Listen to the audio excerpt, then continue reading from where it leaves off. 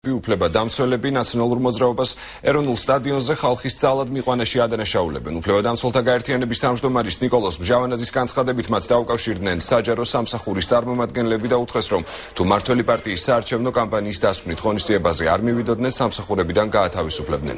ბჟავანაძე ამბობს, რომ ანალოგიური მდგომარეობაა შეერაღებულ ძალებში.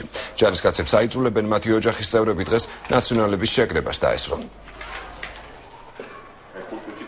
საჯარო სამსახურში, აგრეთვე კერძო სტრუქტურებში მომუშავე პირებს ეუბნებიან, რომ გამოცხადდნენ, არის 50 კაციანი ჯგუფები გაკეთებული და ხდება აღნუსხვა. აგრეთვე არის შეერაღებულ ძალებში საკონტრაქტო სისტემით მომუშავე პირებზე მსგავსი ზეწოლა. ეს არის სააკაშვილის მცდელობა, მსოფლიოს თვალში დააკრინოს ქართული საზოგადოება.